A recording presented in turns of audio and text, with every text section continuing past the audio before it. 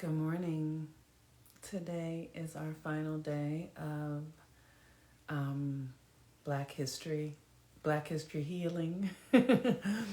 Having a new conversation about Black history. One of the things that I started to really realize is that we have been, for the last, all of my life, having a conversation about Black history, but never asking ourselves the deeper questions. Good morning, Tamu. How are you? Can you hear me? Good morning. Can you hear me? You're here. Can you hear me? I can't hear you. Good morning. Can you hear me? Yes, I can. Greeting. Oh, thank you. Greetings. Welcome. Um, so I just got here and I was just sort of saying that this is our last day of Black History Month. We're February 28th. And it has been my intention to have a conversation that is a new conversation, one that I have not heard in my lifetime, around how do we really begin to transition these old experiences, these old energies, these old ways of being, and bring us into a new understanding of ourselves, our power, what is possible. Because Black history has historically been a time for us to sort of, presence ourselves. It almost has occurred to me like we deserve something, so give. But we're not here to ask for permission. We're not here asking anybody to accept us. We're not here asking to. None of that is what this is about.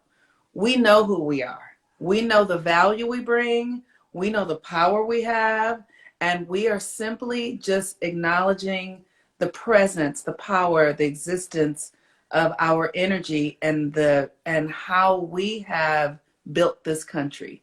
We have built this country from the inside out, from the bottom up. We built this country. We did. And so with that, there is a command in that. There is a power in that. And and so that's what this Black History Month has been about, us really claiming our true identity. And so I wanted to have Tamil here today because she is like the work that she is doing that I love so much is um she's gonna come in and say what it is, but I invited her here because her work is innovative. It's not the old stuff. We don't need to go back anymore. She's doing things that are new that actually can move us forward in graceful, gentle, and subtle ways that bring us home to ourselves. And so thank you for being here today, Tamu. Thank you so much, Monique, for having me. Um, did you want me to just introduce? Yes, I want you to go in and tell us who you are, and then I'm going to ask you some questions because I'm excited. Yeah, so I am born and raised in Oakland, California, and acknowledging the land that we're on, Ohlone territory, the original stewards of this land that I live on and steward for the last 49 years. I'm also a mom of three. I'm a teacher. I work with homeschool students for the past 21 years. And I'm also the creator of Holistic Shine. It's um, my wellness offering where I lead people through 21-day raw food cleanses, help people transition to a plant-based lifestyle, and bring in other holistic practices to support their wellness. And in 2018, I created, through a number of years of working with various plants and flowers, I created Uchu Botanical.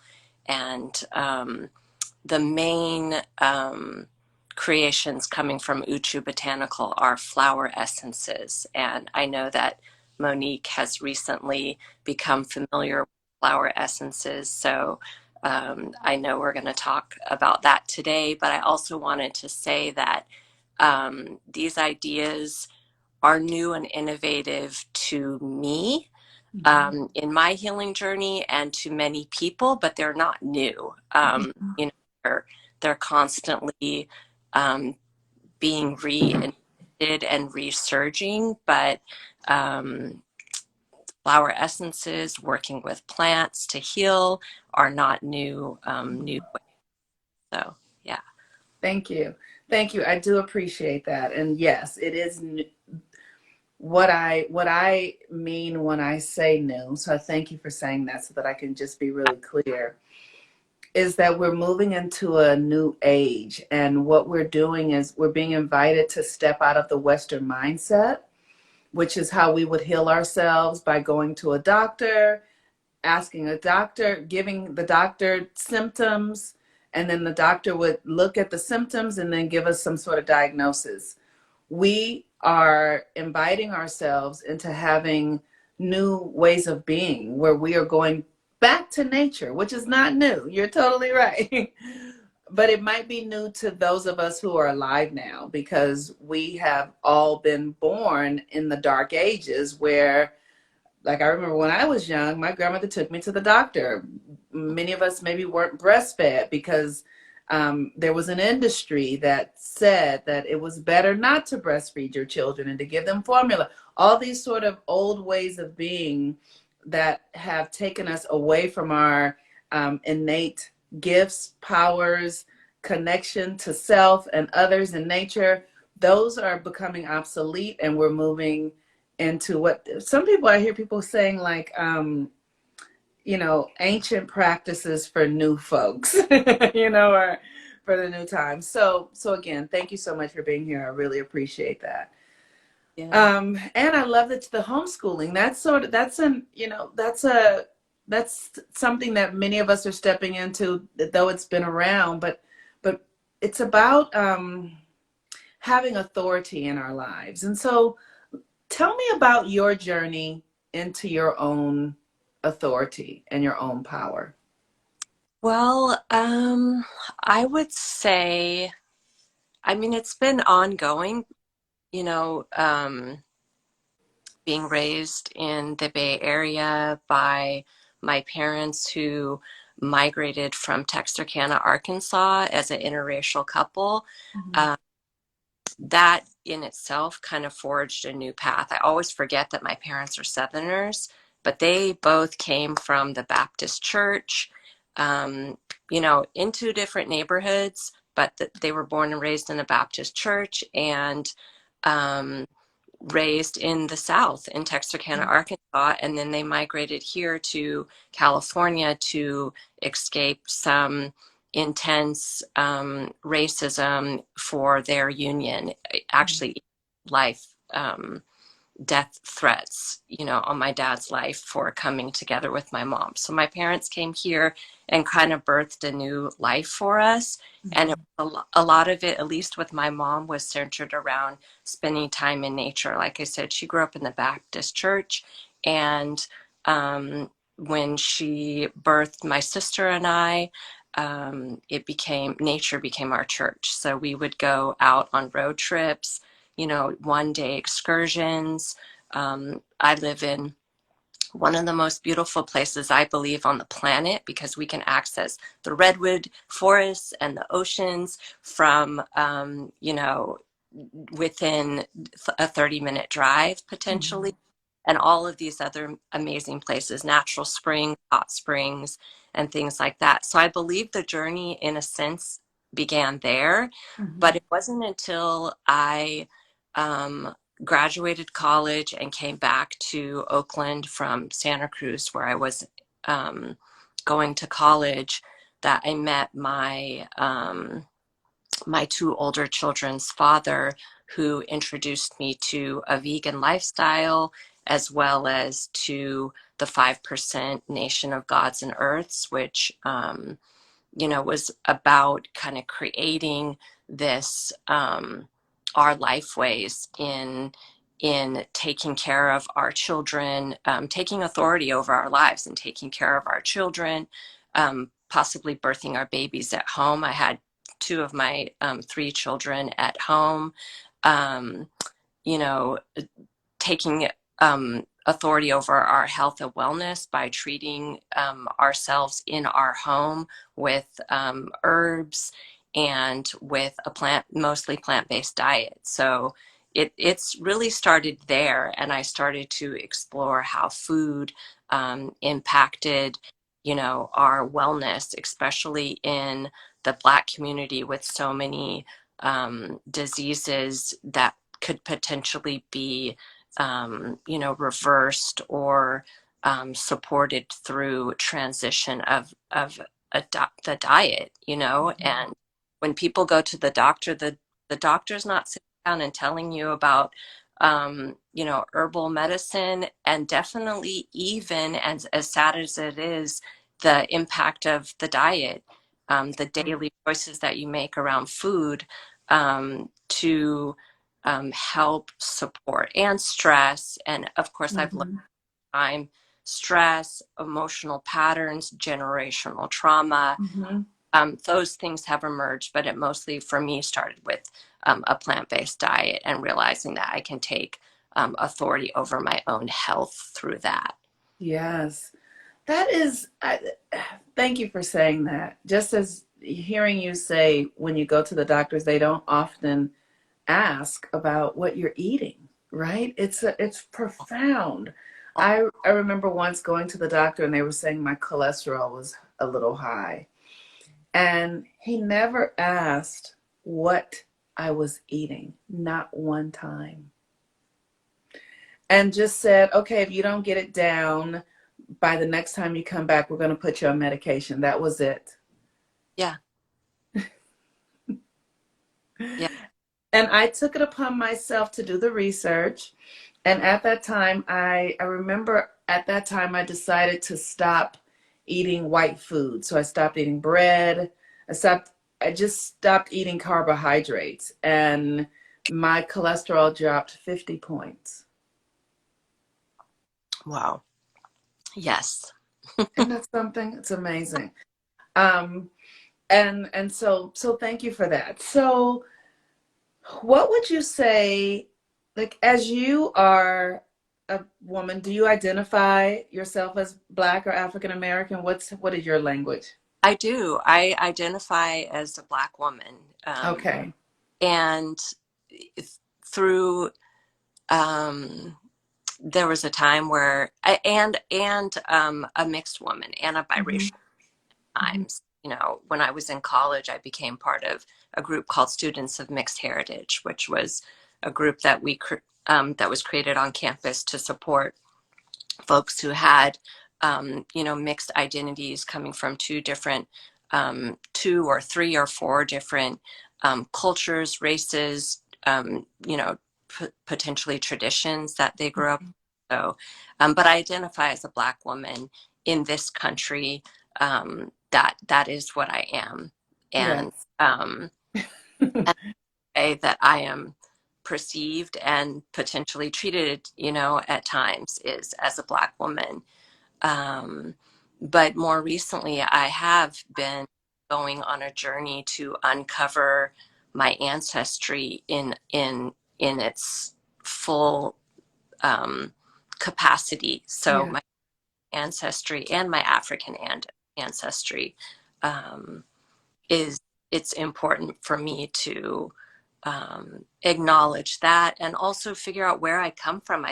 I believe that I'm a pretty phenomenal being, and I am very curious, who did I come from? Who are even the medicine women that I come from, knowing that that exists within both of my lineages. Um, Yeah. that as we all come from indigenous people. Whoever we are indigenous to somewhere, and we had indigenous practices, and we worked with plant medicines, whether it was, in Scotland or England That's or right. Nigeria or Mali. Yeah, so I'm asking my ancestors to show up and give me clues, and I work with that through my dream time and through Mm. participating in plant medicine ceremonies and asking for some kind of leads to portals to go down to uncover more. Oh my God, I love that so, so much. Yeah. I love that so, so much. Because when I hear you say this, there's something in it that feels fun. Yeah. It's the mist, like, because one of the things that I know is that the universe will provide all the answers. Like, Mhm. there's this idea that we have that we can't know everything, or we can't know, but we can. If we want to, and we ask and we do the work to condition ourselves to receive the information, we will. So, talk to me about being a medicine woman. And the reason I'm so enthralled with this and excited about it is because the medicine women are the healers of today and going forward. I'm not suggesting that the men are not don't have their place, but that's not what I'm interested in. I'm gonna say that right now. I have no interest in it. I have sat with Jesus and Buddha and Muhammad for my entire life. I am very conscious of what the masculine can do. And we live in a world right now that is overpowered with masculine energy. And thank you, and go sit your ass down, and we will come back to you when it's your turn again.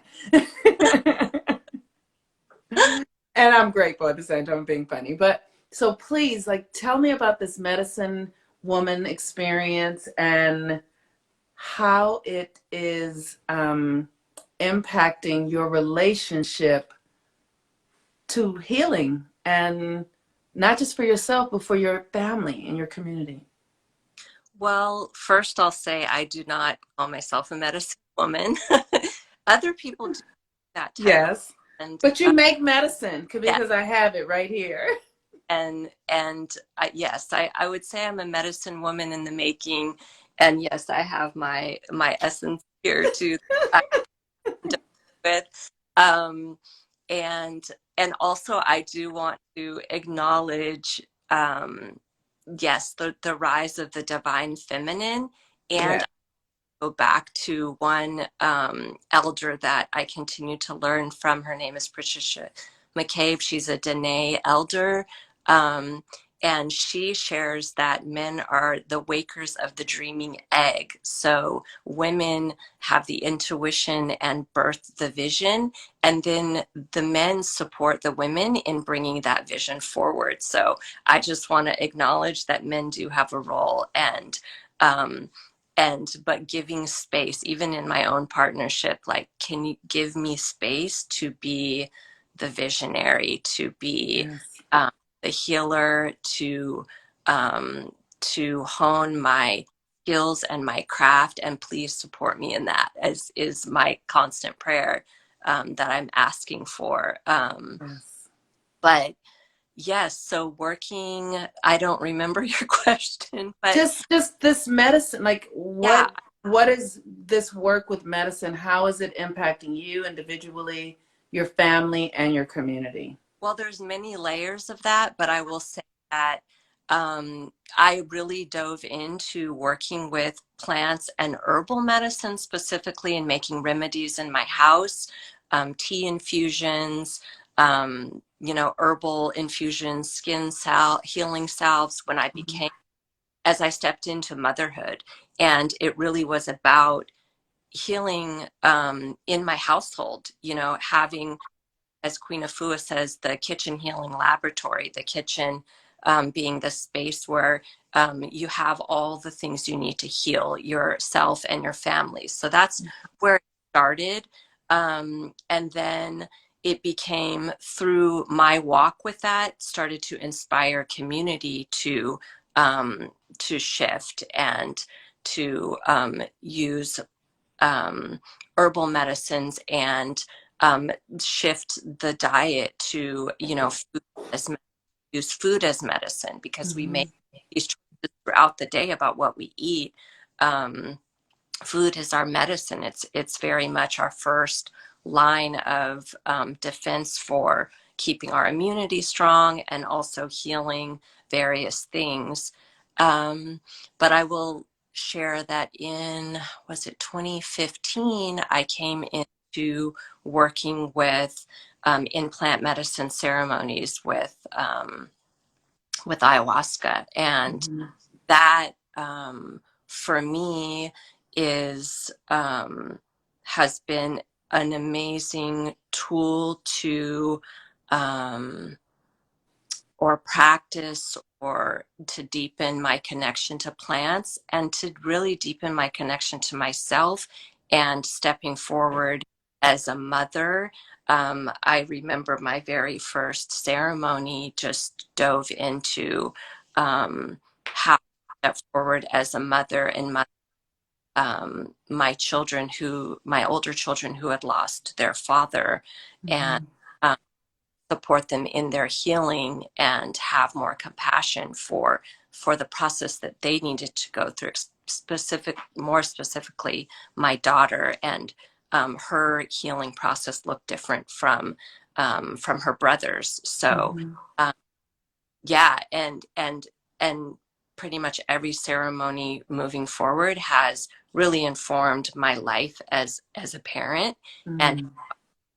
show up in that way, and feeling um, my own relationship with my parents Mhm. through the so that I can move forward to support my children in parenting them, and put hopefully that they can move forward if they choose to be parents in parenting their children, and definitely have had some profound healing.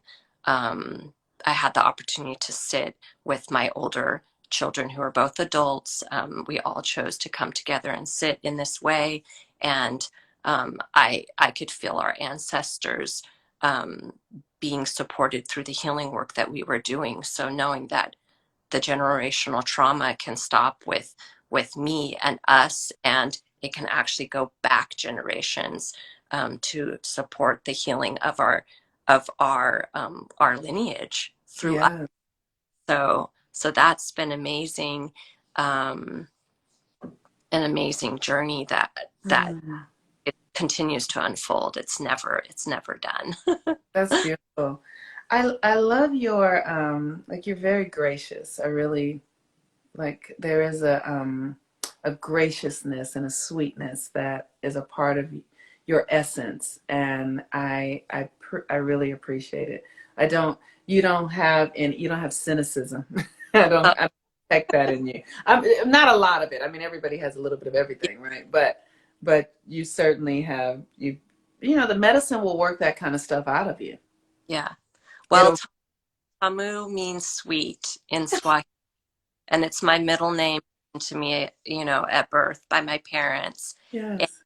there was a time in my life, in my late 20s, where I was really, um, really bitter. And a lot of it had to do with the relationship dynamic that I was in, and creating a huge amount of bitterness. I just decided, if I'm going to really own this name, I first need to step away from this relationship, and then I need to do the work on myself, to continue to embody that. And I continue to remind myself, like, this is my given name, and I need to walk with that, and bring the sweetness. You do it very well. You really do. And one of the things that I'm also aware of, because you're from the Bay Area, and the people that are from the Bay Area or Northern California, even it's not just the Bay Area, Sacramento, San Francisco, Oakland, you guys have something unique. I mean, first of the thing, this is what the first thing that I kind of noticed, just because I'm from Watts, and is how there is this, you know, like Too Short, like the rap, like you got like you probably know the lyrics of Too Short. That's what I've seen. You don't? I, Okay, it's so hilarious. But I've seen like the uh, everybody there sort of is very much into they're into the artists that come from the area, and it's not charged with race stuff. It's really about the art, and it can be very you know, the art can be very connected to racial situations, but there's still this artistry that reigns supreme from people in the Bay Area, and I get that from you as well. Yeah, I don't, okay, so Erica Badu did this vortex tour, and she Mhm. to different vortices or known vortices around the world and did her concerts. I don't know if the Bay Area was included, but I really do feel like Oakland area is a magical portal. I mean, the Black Panthers were birthed out of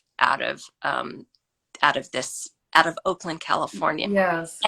So many other things, and I sometimes I just sit back and say, what energetic vibration is happening here that is supporting the birth of so much magic and beauty and resilience. And although that this exists in so many places, I Yes. But there's a diversity that comes from the Bay Area that, like, yeah, I know I say things that make people cringe a little bit. The white people are different. and in the Bay Area, there is something about that sort of edge that um, it gets, it doesn't, it just becomes a part of everything. And it's not the primary thing, and so it gets blended, and there's diversity, and it's a beautiful thing. So could you talk a little bit about your energy medicine, because this is the thing that I am, being the Virgo that I am, I'm very interested in healing. I'm interested in putting the medical industry out of business. I'm serious. Unless your arm is broken, you know what I mean? Or you, like, something like that, or there's an emergency where you, but I really believe that we can heal ourselves through things that are so simple and so available that it would simplify our lives, connect us to ourselves, and give us energy to do much more than we are capable of now. One of the things that is profoundly challenging for me, and I don't watch TV at all, but when I did, the commercials that come on and say, the commercials are all about medicine. I remember when these commercials started happening. And, everything is, all of the suggestion, and then all of the chronic illnesses. And then we have doctors who, in the last decade, have been prescribing medications that weren't necessary for people just because of the financial benefit. Like, if, and these are doctors that have taken an oath to protect. And that is absolutely not what is happening. And so if we are in a system where the people who take oaths and go to school and train to be healers aren't are more seduced by material gain than they are by their commitment to be healers, then we are in a very vulnerable state. yes, yeah. Well, so I know I work with flower essences, which are vibrational medicines. And I just wanted to share how those came to me, and acknowledge the people that kind of have guided me on the flower essence path. Mm-hmm. I actually first became um, introduced to flower essences through Queen Afua's book, Sacred Woman. In her book, she has the gateways that you move through. And I, back 17 years ago, I went through um, the Sacred Woman initiation, where you move through each gateway. And in each gateway, there's a crystal, there's an essential oil, there's a color, there's certain ancestors that you can put on the altar that support this gateway. And she mentions flower essences. At the time, I did not know what they were or how to use them. And so I remember gathering all the tools for that gateway, except the flower essences. But I Mm. book and I was like, wow, I did read about these, and I kind of just put them aside. And then some years later, a dear friend of mine and acupuncturist, Daphina. She mentioned flower essences that I could use with my, at the time it was my daughter that needed some support. And then a friend of mine, Maya Blow, who has Soulflower Farm out here in El Sobrante. And she mentioned using flower essences a number of years later. And and then I finally said, okay. And the reason she recommended them is because they are safe for children. They are safe for pets. They are safe for anyone taking any other medicines, including pharmaceutical medicines. And they are an energetic vibrational medicine that supports bringing our emotional body back into harmony. So Mm-hmm. not they do not heal ailments like, say, a bladder infection or a heart condition or cancer. However, of course, we know that our emotions are connected to our body, and potentially emotional imbalances can create disease in our body. So when Yeah. we work with flower essences to support the emotional body, we can actually potentially support the healing of, although that is not how most people go into working with them. They don't, I have this, the way that you might take herb to support some type of infection, but you can take it to help bring your emotional body back into balance. Um, it's like a pattern interrupt. The Mm-hmm. this vibrational medicine with these flowers. I know I kind of skipped over a lot. I also want to acknowledge Abby Huff of Stinging Nettle Apothecary in Bay Laurel. I did a flower essence um, workshop with them and learned more. I also did flower essence training with Richard and Patricia, who have been working with flower essences for over 40 years and Mm-hmm. now have their company called Flower Essence Services. And so I continue to learn, and I'm actually going to be going into a new flower essence training in the next couple weeks for the next few months to continue to expand. But basically, flowers each hold their a signature quality, and when we take the essence of the flower and imprint it in water and then preserve it in alcohol, we have a beautiful vibrational medicine that can help with, like I said, help interrupt emotional patterns, help to bring certain emotional patterns back into balance. And Mm-hmm. there's hundreds of thousands of them. And I probably have about, like, in my collection of Uchu Botanical, I have, I think, 17 flower essences. But in my house, I probably have at least 50 or 60 from Mm-hmm. various other companies, flower essences. And as I'm feeling called to support my emotional body, um, I take these essences for that. And I've been doing, I know I'm saying a lot, I've been doing Mm-hmm. Monique's moon work for the last two moon cycles. Now we're in the third one. And the flower essences, I feel like, are so complementary to the moon work.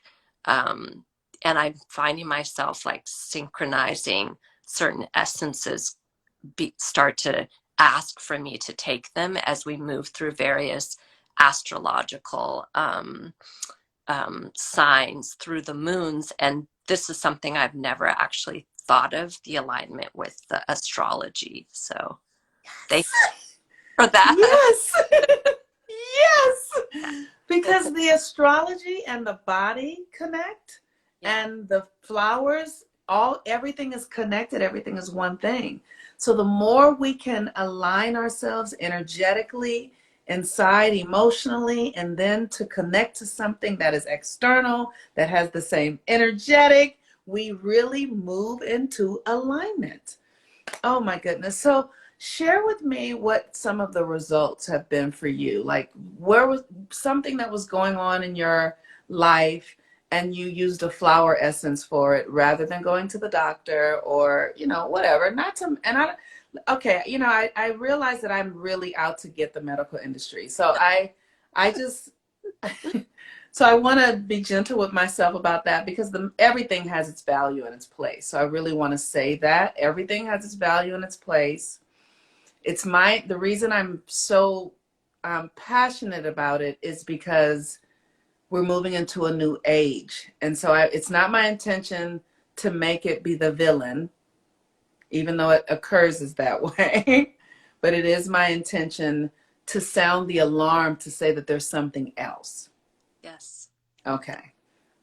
Well, I'll say that I started working extremely intentionally with flower essences a number of years ago when my son and I were going through a challenging period of time with family court and going into family court with my youngest son's father. And there was a lot of intense emotions and some of the things that had happened that brought us into that space. Um, we needed support. We needed emotional support. And Mhm. so my son and I actually started working with the essences. Was he 7 at the time? I think he was Mhm. 7. And a friend of mine, again, reminded me of the flower essences and said he's now at an age where he could actually dose himself. They're totally safe. And if you take an essence that's not aligned with you, you won't feel anything. But if you take an essence that is going to help bring more harmony, you will feel the benefits of it. And I Mhm. remember the first essence he worked with was a blend called Cellular Joy, and it helps to work on healing trauma and abuse. And so he started taking that, and I immediately um, saw a more lightness of being in him. Mhm. And I was taking, oh my gosh, I can't remember. I want to say there was one remedy called Single Mama or some. It wasn't Single Mama. It was something. You need to make that one though. You need to make single mama though. Yeah, that one. It was something in accord with that, and it really supported me in just prioritizing taking care of myself while taking care of him. It just does something where it's just like, oh yes, it brings me back to myself. So that was one essence I had given. One of the first essences that I made that I gave to someone was borage flower essence, which in my line is called grace, and it supports with grief. And so my friend started taking that, and she immediately was able um, to feel more centered and grounded and present with the grief that she was feeling, but not to the point where it was weighing her down and not allowing her to look at it and move through it. And Yes. one that by the first essence I took from Flower Essence Services, which is the Richard and Patricia who I did a training with, was the sticky monkey flower, and that one works on the sacral chakra and opens trust in intimate relationships. And I started taking that essence when I came together with my partner. I had been celibate for 4 years and very clear on my path of healing. And when I came together with him, I realized I had some rigidity around um, just opening up my second chakra and being intimate. And that essence helped to warm me up and open me to trusting um, this connection. And so that was profound. so many others. My the one that I love that I take Mm-hmm. often is Halo, which is a white yarrow, and it's Mm-hmm. emotional boundaries, creating emotional boundaries. So when you're I like, have that one. I yeah, have. you're people or holding space for people or just going out in the world. I mean, there's over the last couple years, there's been a huge fear consciousness in Yes. in our field of energy. And Yes. I am not aligned with that. And sometimes I need a little support. So I take Yeah. the like, here's my boundary. Like, I actually can feel joy. I can feel gratitude. I can feel grounded and rooted. I don't have to just kind of go down this rabbit hole and buy into this fear consciousness that's being perpetuated in our society Yes. now. So, Wow. Thank you so much. So tell everyone where they can find you, please. yes. So, first, you can find me at um, holistic underscore shine and holistic with a W. I think Monique will tag me in this post and or holisticshine.com. You can go to my services page and you can see the things that I'm offering. Actually have a 21-day raw food detox journey coming up. The Friday is the last day to register, and then we'll go on a 21-day journey with plant-based raw food and a whole bunch of other wellness practices that will support us in just reaching our greatest potential. Um, and you can also go to my other Instagram page, Uchu Botanical, and that is where you can learn more about the flower essences that I offer and um, other delicious, yummy, wonderful, supportive herbal offerings. That mostly all of my herbal offerings are dosed with my flower essences because I Mhm. just up levels everything. Yeah. So Mm. I wish we could do this for an hour. I mean, really, I could. I have a client, so that's yeah. why I have to go. Okay. That's the only reason why I have to go, because otherwise, so I'll have to have you come back. I really do, because you are such a medicine woman. And I know you don't call yourself a medicine woman, but what the thing that I know is whatever we are doing, it's because we're here to do it. So you were a medicine woman when you came out of your mother's womb. So Yeah. you were born that way. It was already in you. It was just waiting to be developed. So um, I'm so grateful. Thank you for saying yes, and I'm so grateful for the work that you're doing because it's so necessary. And blessings. Yes. Thank you so much, Monique. And yeah, your moon work is amazing, and I'm just continuing to stay with it because I'm seeing the slow and steady unraveling of some some things, objectives and goals and intentions that I have, and I know that it's not going to happen overnight. So I'm here for it. Yes, yeah, and when it because it all unravels at some point. It does. Like, and then all of a sudden you're a completely new person, and everything is corresponding because you have to remove those patterns, and it's Yeah, so. Thank you for being there. Thank you for yeah. trusting me, and I love you. You're so beautiful. Have a beautiful day. Thank Okay. you. Bye, everyone. Maybe I'll come back and talk about the astrology, but the moon is in Aquarius. And what does that mean? It means go do something new. It means go to Tamu's page and go check out her stuff and do something new because we need to open up into new, innovative ways. So that's how we can use this moon today. Do something new that you wouldn't do before. Just do it. Just do it. Brush your teeth with the opposite hand, or you know what I mean? Like stand up and pee or something. Sit down and pee. Okay. Talk to you later. Bye.